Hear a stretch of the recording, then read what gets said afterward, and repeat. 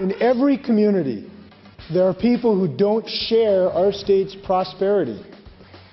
And we need to do something about that.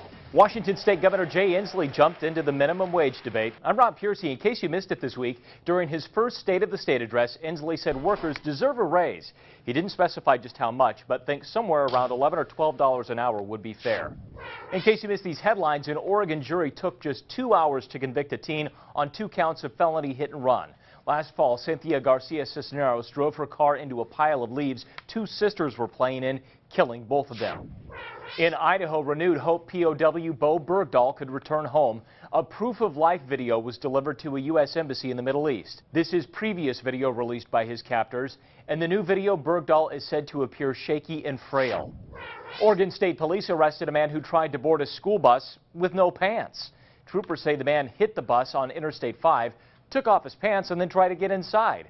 When troopers got there, the man took off and crashed his car into a pond.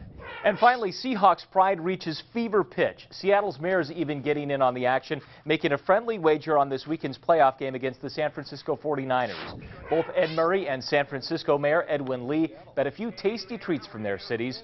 The Seattle offerings include Molly Moon's ice cream and Theo chocolates. That's what happened this week in the Northwest, in case you missed it. If you like our series, be sure to tell your friends and subscribe on YouTube. For now, check out some photos that had our Facebook friends talking.